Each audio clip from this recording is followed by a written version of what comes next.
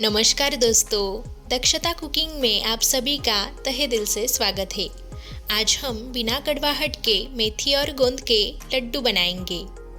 ये लड्डू सर्दियों में स्वास्थ्य के लिए बहुत ही बढ़िया होते हैं, तो चलो इसे बनाने का तरीका देखते हैं। 100 ग्राम मेथी के दाने लिए हैं, अब कम या ज़्यादा ले सकते हो। तो इस मेथी को ग्राइंडिंग जार में डालकर इसे पीस लेंगे। इस तरह से इसे पीस लिया तो इस पीसी हुई मेथी में 3 से 4 चम्मच दूध डाल के अच्छे से मिलाएंगे। जरूरत के हिसाब से धीरे धीरे इसमें दूध का इस्तेमाल करेंगे। इसमें दूध डालकर रात भर भिगोने के लिए रख देंगे। आप चाहो तो 5 से 6 घंटे तक भी इसे सोख करके ले सकते हो। इससे इस मेथी में जो कड़वाहट है वो अच्छी तरह से कम हो जाएगी। अब रात भर इसे भिगो लिया। इस तरह से इस मेथी ने ये दूध पूरी तरह से सोख किया हुआ है, तो चम्मच से इसे थोड़ा सा अलग कर लेंगे।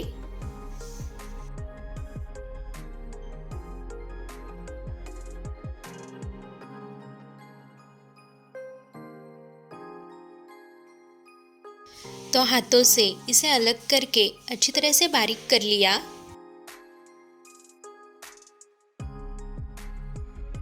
अब भी इसी तरह से मेथी को भिगो कर लेंगे, तो आपके लड्डू में भी कड़वाहट नहीं रहेगी। आधा किलो ड्राई खजूर यानी कि खारीक ली है। इसके इस तरह से टुकड़े करके लो फ्लेम पर हल्का सा भून लिया है। इससे इसे पीसने में आसानी होगी।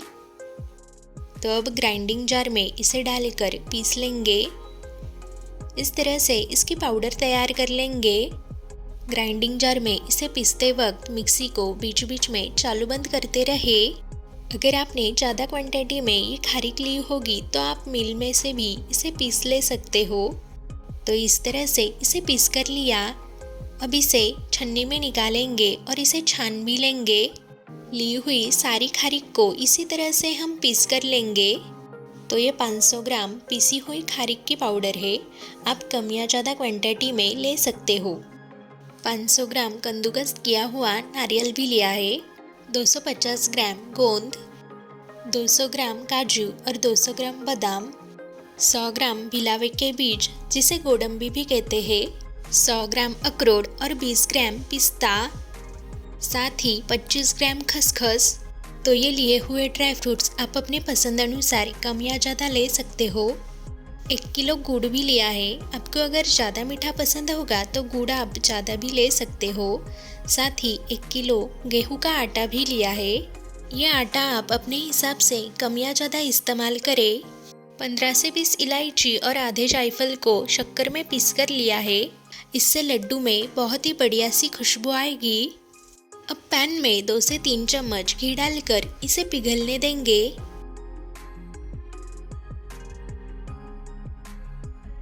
तो ये घी पिघलने के बाद इसमें लिए हुए गोंद को धीरे धीरे डालकर अच्छी तरह से फूलने तक फ्राई करेंगे। एक साथ ही सारे गोंद ना डालें। इसे फ्राई करते वक्त गैस का फ्लेम लो रखें और लो फ्लेम पर 2 से 3 मिनट तक इसे फ्राई कर ले। आपने ये गोंद अगर बड़े साइज में लिए होंगे तो उनके छोटे साइज में टुकड़े करने के बाद ही उन्हें फ्राई करें। अब ये गोंद अच्छी तरह से फूल चुके हैं, तो इन्हें हम निकाल लेंगे और बिल्कुल इसी तरह से बाकी के गोंद भी फ्राई कर लेंगे।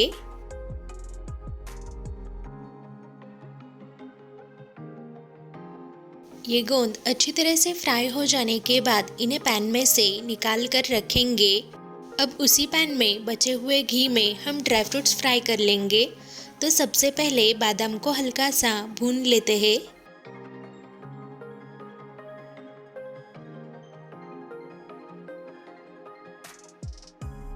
तो बिल्कुल हल्के से ये बादाम भून लेने के बाद इसमें लिए हुए अखरोट, साथ ही पिस्ता और काजू को भी डालकर इन्हें भी हम इसके साथ ही फ्राई करेंगे। गोडंबी यानी कि भिलावे की बीज ये भी इसी के साथ में डालकर इसे भी हम हल्का सा रोस्ट करेंगे। ये भिलावे की बीज बिल्कुल ऑप्शनल है। आप अगर पसंद करते होगे तो आप डाल सकते हो या फिर नहीं डाला तो भी चलेगा। तो इन सारी ड्राई फ्रूट्स को हल्का सा रोस्ट करेंगे। इन ड्राई फ्रूट्स को इस तरह से हल्का सा रोस्ट करने से वो अच्छी तरह से क्रिस्पी हो जाते हैं और लड्डू खाते वक्त ये क्रिस्पी ड्राई फ्रूट्स बहुत ही बढ़िया लगते हैं। तो हल्का सा इन ड्राई फ्रूट्स को भून लिया है, इन्हें हम निकाल लेते हैं और इसी पैन में ली हुई खसखस डालकर इस खसखस को भी हल्का सा भुनेंगे। ये खसखस भूनने के लिए ज़्यादा वक्त नहीं लगता, थोड़ी देर में ही ये फूलने लगेगी।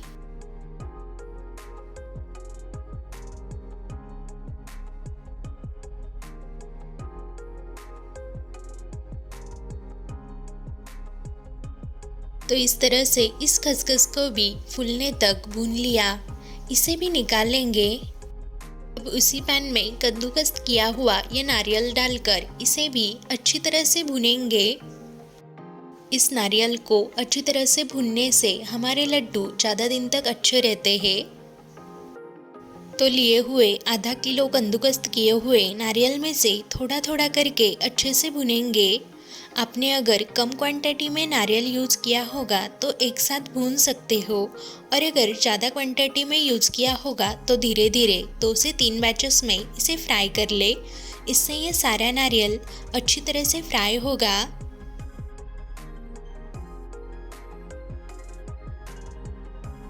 तो इसका कलर चेंज हुआ है और ये अच्छे से भून भी चुका है, तो हम इसे निकालेंगे।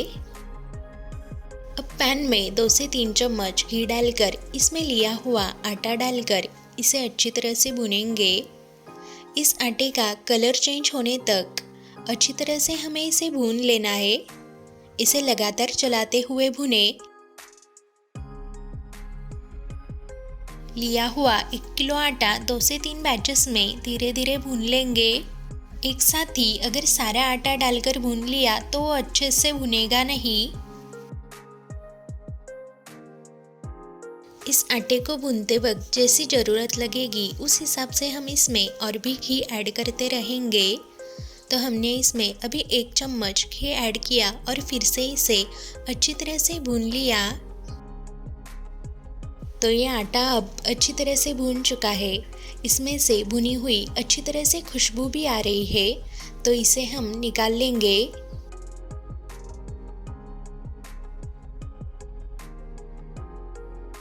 अब पैन में 2 से 3 चम्मच घी डालें।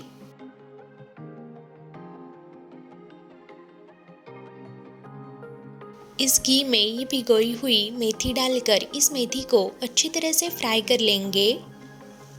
इस मेथी को भिगो के रखने के बाद इस तरह से फ्राई करके लेने से इसका कड़वापन बिल्कुल कम हो जाता है।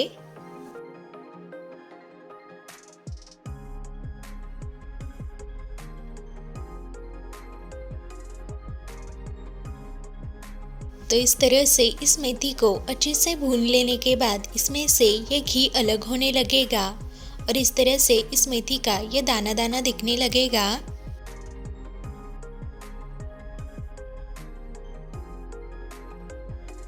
तो इस तरह से इस मेथी को बिल्कुल अच्छे से भून लेने के बाद इसे निकाल कर ठंडा होने देंगे और ये जब ठंडी होगी तब इसे मिक्सी जार में डालकर इसे पीस लेंगे। इस तरह से इस मेथी को पीस लिया। अब ये फ्राई करके लिए हुए गोंद को इस तरह से मैशर से मैश कर लेंगे। आप चाहो तो इसे हाथ से या फिर मिक्सी जार में डालकर भी इसे बारीक कर सकते हो। तो इस तरह से इसे दरदरा होने तक मैश कर लिया। तो इस तरह से बड़े बर्तन में भुना हुआ आटा, भून कर लिया हुआ ये घिसा हुआ नारियल, साथ ही भुने हुए ड्राई फ्रूट्स भी डाले हुए हैं। अब हम इसमें ली हुई ड्राई खजूर पाउडर यानी कि खारिक पाउडर भी डालेंगे। हमने इस खारिक को पहले से ही भून कर लिया था, इसलिए इस खारिक पाउडर को वापस भून के लिया नहीं। अगर आपने खारिक को पहले से ही भुना हुआ नहीं होगा तो आप इसकी पाउडर को अच्छे से भून कर ले सकते हो। ये पीस कर ली हुई मेथी भी इसमें डालेंगे। तो ली हुई ये मेथी इसमें डालने के बाद मैश करके लिए हुए ये गोंद भी इसमें डालेंगे।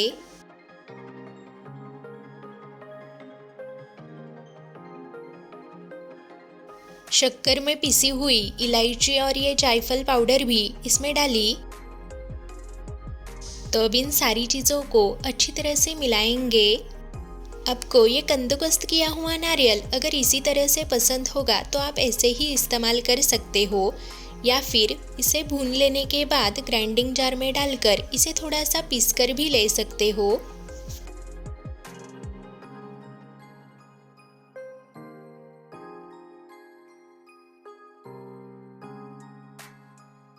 तो ये सारी चीज़ें अच्छी तरह से मिक्स हो चुकी है। तो अब इसमें डालने के लिए हम चाशनी तैयार कर लेंगे। तो ये चाशनी बनाने के लिए कढ़ाई में 4 से 5 चम्मच घी डालें। इसमें ये लिया हुआ 1 किलो गुड़ डालेंगे। तो इस चाशनी को बनाते वक्त गैस का फ्लेम मीडियम रखेंगे। मीडियम फ्लेम पर 2 से 3 मिनट तक इसमें अच्छी तरह से उबाल आने देंगे।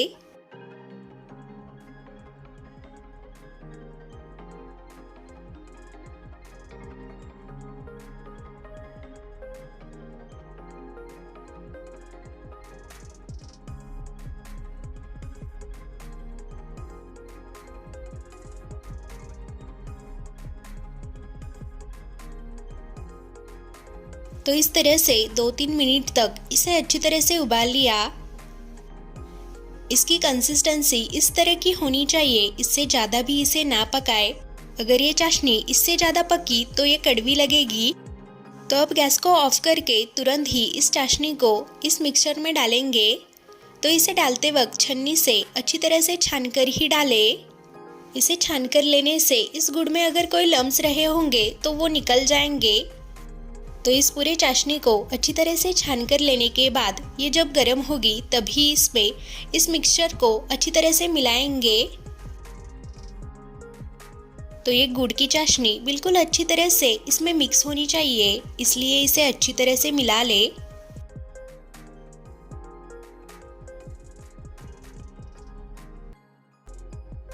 तो इसका ये मिश्रण थोड़ा ठंडा होने के बाद हाथों से इसे अच्छी तरह से मिलाएंगे। तो हाथों से ये सारी चीज़ें बिल्कुल अच्छी तरह से मिक्स हो जाएगी। आपका ये मिक्सचर अगर बहुत ज़्यादा सूखा सा लग रहा होगा तो आप ज़रूरत के हिसाब से घी को गर्म करके इसमें डाल सकते हो। इससे लड्डू बनाने में आसानी होगी। तो इसे अच्छे से मिलाने के बाद अब तुरंत ही इसके हम लड्डू बना लेंगे। तो ये लड्डू बनाने के लिए इसमें से इस तरह से ये मिक्सचर को हाथों पे इस तरह से लेकर दोनों हाथों की मदद से इसका अच्छी तरह से गोल लड्डू बनाएं। आप अपने पसंद के अनुसार छोटे या बड़े शेप में इसे बना सकते हो। तो बिल्कुल परफेक्ट हमारा ये लड्डू बनके तैयार है। इसी तरह से हम बाकी के और लड्डू भी बनाएंगे। तो इस लड्डू के मिक्सचर को ज़्यादा ठंडा ना होने दे और इस तरह से अच्छे से ये लड्डू बांध ले। आप इसी तरह से और भी लड्डूज की रेसिपीज देख सकते हो। डिस्क्रिप्शन बॉक्स में उनकी लिंक दी है। दोस्तों ये लड्डू खाने में बहुत ही टेस्टी लगते हैं और सर्दियों में बहुत ही एनर्जी देते हैं। तो इसी तरह से आप भी ये लड्डू जरूर बनाएं। इस तरह से ये लड्डू बिल्कुल परफेक्ट बनते हैं। तो आज की ये रेसिपी कैसी लगी कमेंट बॉक्स में जरूर बताएं। वीडियो अगर पसंद आया होगा तो वीडियो को लाइक करें, शेयर करें। इसे ही और ढेर सारे वीडियोस बिल्कुल फ्री में देखने के लिए हमारा दक्षता कुकिंग यूट्यूब चैनल जरूर सब्सक्राइब करें। फिर से मिलेंगे एक नई रेसिपी के साथ।